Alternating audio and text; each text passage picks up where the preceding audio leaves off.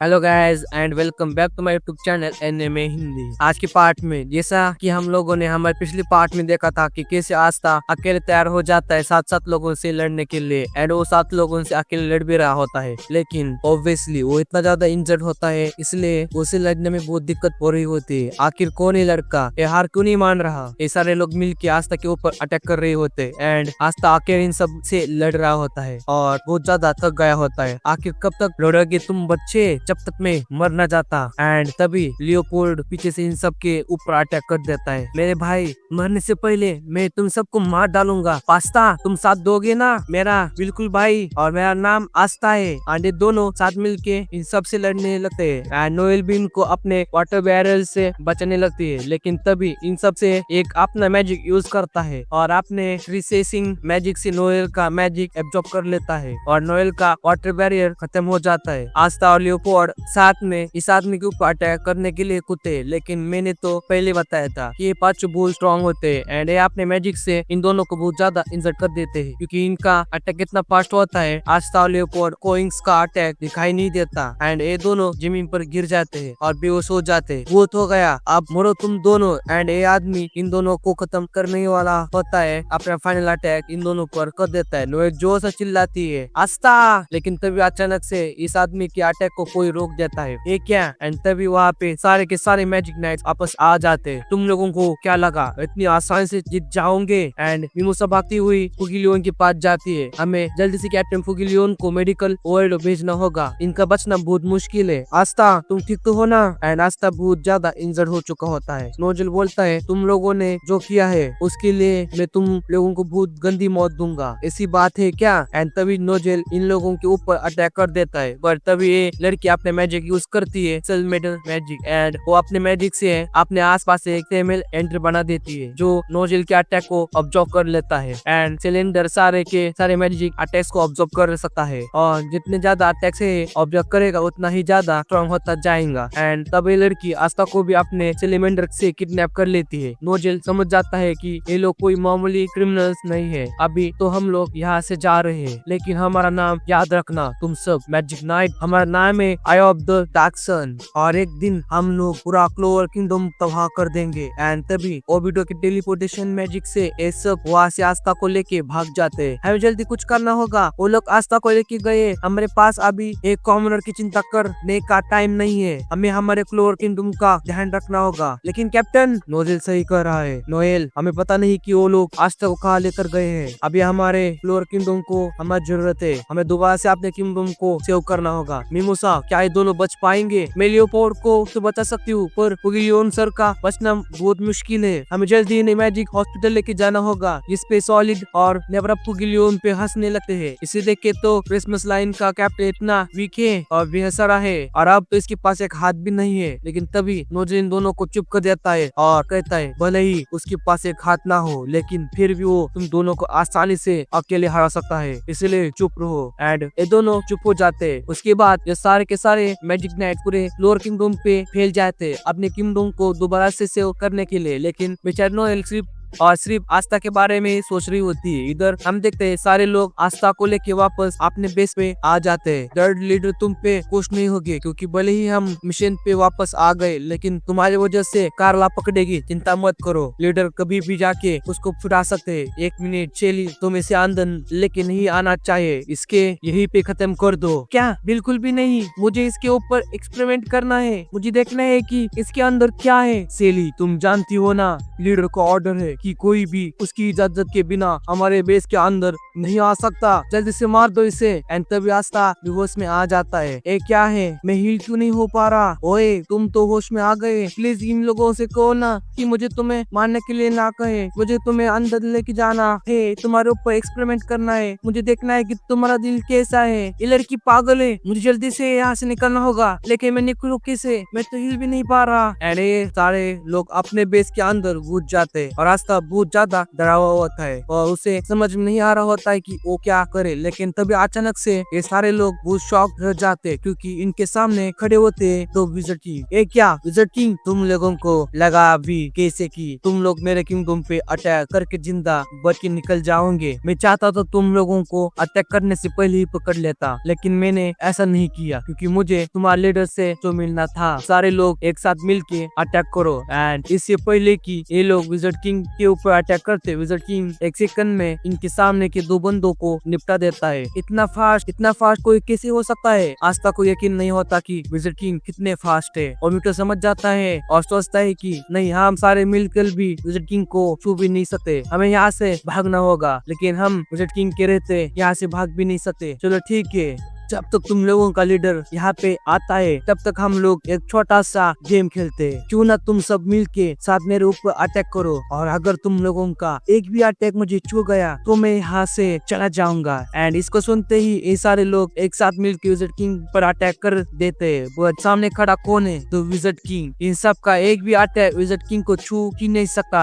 Wizard king इतने ज्यादा fast होते हैं, आस्था को यकीन नहीं होता कि जिस अटैक को आस्था देख भी नहीं पाया था, विज़र्ड किंग उस अटैक के साथ चार अटैक्स को इतनी आसानी से डॉच कर रहे हैं। इतना फास्ट कैसे है? एंड तभी अचानक से विज़र्ड किंग उनके सामने से गायब हो जाते हैं और उनके पीछे खड़े होते हैं एंड अपने टाइम प्रिजन मैजिक से एक ही बार में ये सबको पकड़ लेते हैं। एंड हमारे विज़र्ड किंग के पास टाइम मैजिक होता है एंड विज़र्ड किंग आस्था को भी बचा लेते हैं। आस्था को यकीन नहीं होता कि विज़र्ड किंग ने अकेले इन सारे लोगों को बच्चों की तरह हरा दिया। आस्था मन में सोचता है तो ये है वो जिन्हें मुझे हराना होए अगला विज़र्ड किंग बनने के लिए। मैं इनके सामने कमजोर नहीं दिख सकता। उठो आस्था, उठो। एंड आस्था विज़र्ड किंग के सामने किसी तरह से दोबारा से खड़ा हो जाता है। मुझे देख के अच्छा लगा आस्था कि तुम ठीक हो और तुम सब लोगों को ये बताओ कि ये टेम्पलेट क्या चीज है। एंड इसमें तो कुछ पत्थर घुसे हुए हैं, मैं देख सकता हूँ इसमें अभी भी कुछ जगह खाली है। क्या होगा जब तुम लोग इसमें सारे के सारे मैजिक टोन्स लगा दोगे? और शायद तुम लोगों को याद होगा जैसा हम लोगों ने पार्ट 3 में देखा था कि जब आस्था ने आइस को हराया था तब नोरा आस्था के पास एक मैजिक स्टोन लेके आई थी एंड यही वो मैजिक स्टोन है जिससे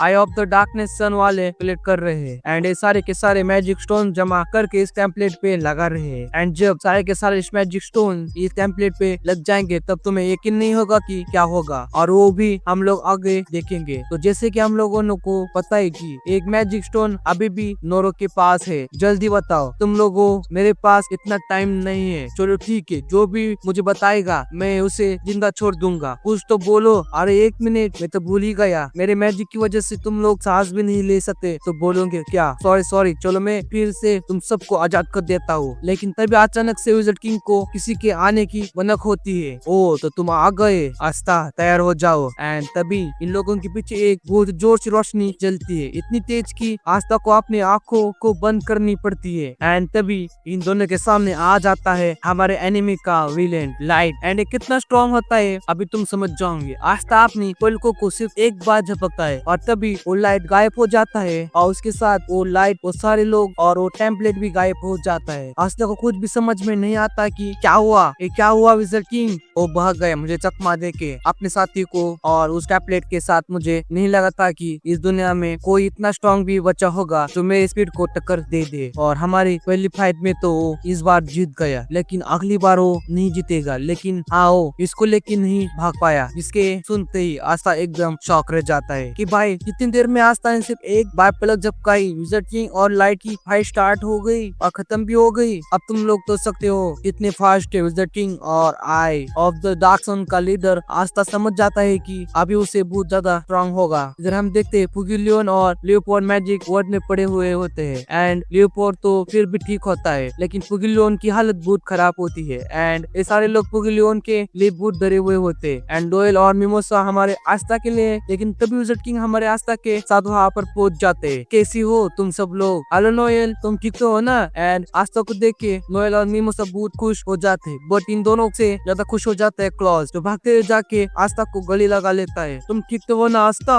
हाँ मैं ठीक हूँ, लेकिन तुम रो क्यों रही हो? भाई मैं जिंदा हूँ। नेरो भी खुशी के मारे आस्था को मारने लगती एंड तभी मिमोसा भी अपने आप को कंट्रोल नहीं कर पाती और नोएल और क्लॉज को उड़ा के जाके आके उसको गले लगा लेती है एंड फिर शर्मा के दूर हट जाते और नोएल बहुत गुस्सा हो जाती है एंड इसके बाद विज़ार्ड किंग इन सब के साथ खड़े होते। मैं आई ऑफ द डार्क सन के लीडर से मिला जिसने पुगिलियन पर अटैक किया था और मैं कहना तो नहीं चाहता पर उसका लीडर सच में बहुत ज्यादा स्ट्रॉन्ग है और यह भी हो सकता है कि वो मुझसे भी ज्यादा स्ट्रॉन्ग हो। सर पुगिलियन ने अपने गले में जो ब्रेसलेट पहना था वो गायब है। वो जरूर से पुगिलियन का पेंडेज भी एक मैजिकल स्टोन होगा जो उन लोगों को अपने टेम्पलेट पे लगाना होगा। तभी उन लोगों ने पुगिलियन पे अटैक किया एंड तभी सिल्वर ईगल की फैमिली वाले वहाँ से जाने लगते एंड नोएल बहुत ज्यादा गुस्सा होता है क्योंकि भले ही वो पुगिलियन का राइवल है लेकिन ये दोनों भी आस्था यूनो की तरह एक दूसरे को सीक्रेट पसंद करते। एक मिनट मतलब कि वो वाला पसंद नहीं, ये रिस्पेक्ट वाला पसंद। भाई कुछ गलत मत समझ लेना। एंड नोएल अपने मन में बोलता है तुम चिंता मत करना पुगिलियन, मैं तुम्हारा बदला जरूर लूंगा। एंड ये तीनों वहाँ से चले जाते। इधर हम लियोपोल्ड को देखते जो भी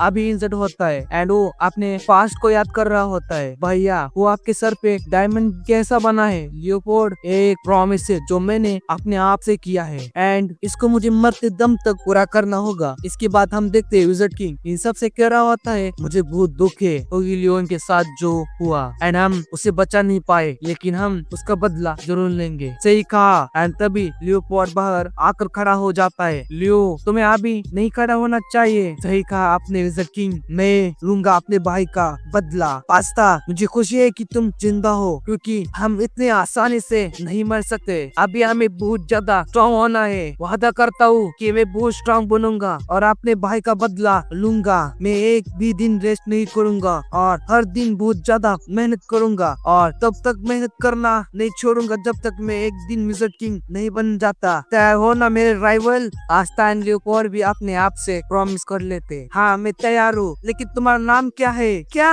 वो मेरा नाम ही नहीं पता? एंड सारे के सारे लोग हंसने लगते हैं एंड इधर हम देखते हैं पुगिलियन भी हंस रहा होता है एंड अब वो होश में आ चुका है एंड अब वो भी ठीक है। उसके बाद सारे मैजिक नाइट दोबारा से क्लोर किंगडम की मरम्मत करने लगते हैं एंड विज़ार्ड किंग भी ये समझ जाते हैं कि उनकी मैजिक नाइट्स में से कोई एक ट्रेटर है जिसने अटैक के टाइम उस बैरियर को हटा दिया था। इसके बाद हम देखते हैं सारे लोग इन दोनों से पूछताछ कर रहे होते बट उन्हें मर जाएंगे लेकिन अपने लीडर के बारे में कुछ भी नहीं बताएंगे क्योंकि इनका लीडर लाइट इन दोनों के लिए भगवान है। एंड इधर हम देखते हैं डेड को बहुत गुस्सा आ रहा होता है आस्था के ऊपर, बहुत ज्यादा पागल होता है और वो कुछ भी करके बस आस्था को मारना चाहता था। चुप रहो डेड, तुम मेरे आस्था को नहीं मार सकती, मुझे उसके ऊपर एक्सपेरिमेंट करना है। एंड इसके बाद हम आई ऑफ द डार्क सन के लीडर लाइट और ओबिटो को देखते हैं। सर आप चिंता मत करिए, वो दोनों मर जाएंगे लेकिन अपना मुंह नहीं खोलेंगे। मैं जानता हूँ ओबिटो, लेकिन मुझे उसकी नहीं उनकी चिंता है। बहुत जल्दी मैं वापस जाकर उन लोगों को ले आऊंगा लेकिन पहले हमें उस विज़ार्ड किंग का कुछ करना होगा। उसका टाइम मैजिक सच में बहुत खतरनाक है। एंड हम लाइट का एक हाथ देखते हैं जिसको विज़ार्ड किंग ने उनकी फाइट के दौरान अपने अटैक से एकदम डिस्ट्रॉय कर दिया था। मुझे नहीं लगता कि विज़ार्ड किंग इतना स्ट्रॉन्ग होगा लेकिन आप सब चिंता मत करिए, वो भले ही स्ट्रॉन्ग है लेकिन मुझसे ज्यादा नहीं और एक दिन हम सब मिलके क्लोर किंगडम को तबाह कर देंगे, अपना खुद का एक राज्य बनाएंगे। एंड इसके बाद हम इधर लड़की को देखते हैं जो आस्था को पेस्ट्री देती है उसकी जान बचाने के लिए। लेकिन इससे पहले कि वो आस्था वो पेस्ट्री खाता, चार्मी उस पेस्ट्री आस्था से ले लेती है और खुद खाने लगती है। ए लो तुम दोनों भी खा लो, शर्माओ मत। मेरे को शर्माओ, मेरी पेस्ट्री है एंड वो पेस्ट्री सच में बहुत टेस्टी होती है। वैसे चार्मी सेनपाई आप यहाँ आई कैसी थी? चुपचाप रॉयल कैपिटल के अंदर। एंड तभी चार्मी आस्था को अपना मैजिक दिखाती है कि कैसे चुपचाप उसी के साथ रॉयल कैपिटल में घुसी थी। एंड तभी हम देखते हैं वहाँ से यूनो की स्क्वाड भी जा रही होती है। ओ यूनो कम से कम एक बार हाय तो बोलते जाओ, किस बात की एटीट्यूड है तुम्हारे अंदर? एंड चार्मी आस्था से कहती है एक मिनट, तुम मेरे प्रिंस को कैसे जानते हो? मैं जानता हूँ कि तुम बहुत ज्यादा स्ट्रॉन्ग हो गए हो लेकिन ये मत बोलो कि मैं तुमसे भी ज्यादा स्ट्रॉन्ग हूँ। जिसको सुनते ही आस्था के ऊपर एक बहुत ही स्ट्रॉन्ग अटैक यूज कर देता है जो इतना स्ट्रॉन्ग होता है कि अगर आस्था की जगह कोई और मैजिक नाइट्स होता तो काम से गया था। लेकिन सामने कौन खड़ा होता है? हमारा आस्था। एंड वो अपनी तलवार निकालता है और यूनो के अटैक को रोक देता है लेकिन उसके अटैक से वो नीचे जरूर गिर जाता है। एंड तभी उसको यूनो का एक मैसेज दिखता है, इसमें लिखा होता है मैं ठीक हूँ, तुम बताओ। अबे पागल, क्या तुम मुंह से नहीं बोल पा रहे थे क्या? अबे तो हम सब मार जाते। एंड यूनो आस्था को इग्नोर करके वहाँ से चला जाता है। क्रॉस सोचता है कि अचानक से यूनो का विड अटैक इतना स्ट्रॉन्ग कैसे हो गया। गया एंड वो इसलिए हुआ है क्योंकि उन्हें के पास अब विंड्स रिटिल भी है। और आस्था और दोनों अंदर से बहुत खुश होते हैं एक दूसरे के लिए कि वो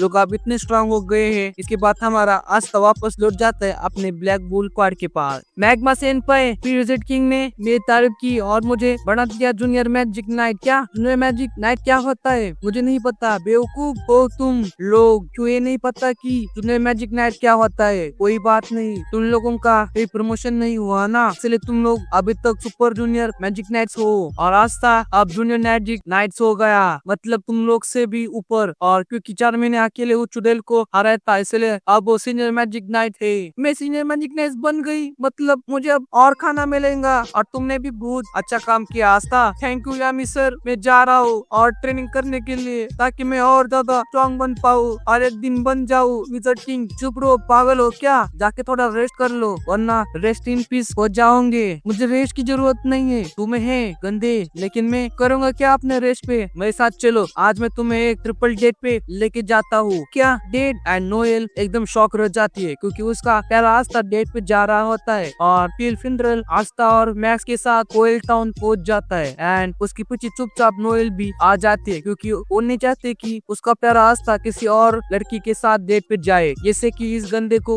कोई पसंद करेंगे लड़की। उसके बाद ये तीनों एक होटल में आ जाते हैं जहाँ पर इन तीनों की 3 लड़कियों के साथ एक मिक्स डेट होती है। ठीक है, मैं हमारे डेट को स्टार्ट करता हूँ। मेरा नाम है फिंड्रेल और मैं 21 साल का हूँ। और फिंड्रेल इन तीनों लड़कियों को एक एक फ्लावर दे देता है और ये तीनों लड़कियाँ खुश होती है। बहुत अच्छे, अभी तक तो हमारी डेट सही जा रही है। तुम्हारी बारी है मैक्स, अपने बारे में बताओ कुछ। ओ मेरी बारी, मेरा नाम है मैक्स और मैं 18 साल का हूँ और मुझे लोगों को जान से मारना बहुत पसंद है। मुझे मजा आता है जब मैं लोगों का खून देखता हूँ। जो सुन के ये तीनों लड़कियां थोड़ा डर जाती है, लेकिन इन तीनों से ज्यादा डर जाता है हमारा आस्था क्योंकि उसको समझ में नहीं आ रहा था कि वो क्या बोले। वो तो उठ के अपनी बॉडी दिखाने लगता है। हाय, मेरा नाम है 15, मैं आस्था साल का हूँ। ये दोनों लड़कियां सोच रही होती है कि आज तो हम लोग गलत फंस गए एंड ये दूसरी वाली लड़की है को कुछ फर्क ही नहीं पड़ रहा होता है इन सब से। एंड इस लड़की का नाम रेबेका होता है। इंद्र समझ जाता है कि लड़कियां बोर हो रही है। भाई ठीक है, अब तुम लोग भी अपना नाम बताओ, लेकिन ये तीनों कुछ भी नहीं बोलती। पिंडर इंटरेस्टिंग बनाने के लिए, अच्छा तुम लोग जानना चाहती हो कि हम मैजिक नाइट क्या करते? हाँ हाँ जरूर,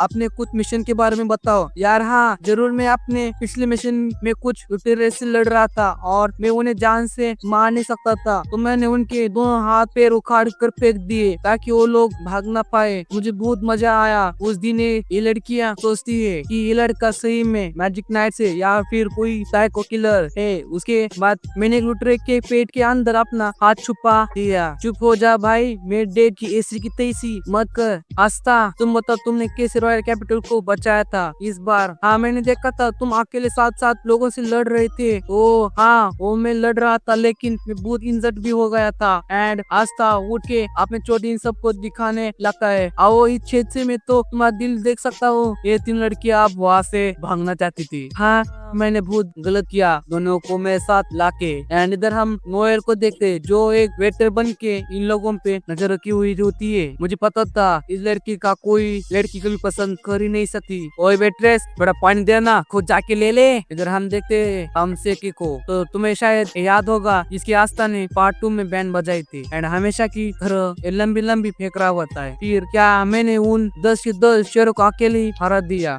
ओए वेट्रेस पानी, ओ ले पानी। एंड इसके बाद हम लोग को देखते जो इसे लड़की से बात करने लग जाता है। ओ तुम्हारा मैजिक तो कमाल है, तुम इससे बाल काटती हो, ये तो बहुत ही मुश्किल होगा। जिसके सुन के लड़की थोड़ा शर्मा जाती है। वैसे लड़का ये तो थोड़ा सा क्यूट और दिल का भी बहुत साफ है। 1 मिनट, मुझे इस पागल अच्छा क्यों लग रहा है? जैसे तुम भी मुझे अपना मैजिक दिखाओ। लग हाँ हाँ क्यों नहीं, चलो बाहर। एंड ये दोनों उठ के बाहर जाने लगते हैं। बहुत अच्छे लग, तुम तो छुपे रुस्तम निकले। वैसे टाइला, मैंने सुना है कि पैलेट टाउन का सनसेट बहुत सुंदर है, चलोगी क्या तुम मेरे साथ देखने? हाँ क्यों नहीं। एंड दोनों भी वहाँ से चले जाते। अब बस सिर्फ बचता है वहाँ पे आस्था और रेबिका। अब मैं क्या करूँ, मैं और ये तो अकेले यहाँ पर है। मुझे तो कुछ भी समझ में नहीं आ रहा। बात करनी होगी लेकिन मैं क्या बात करूँ?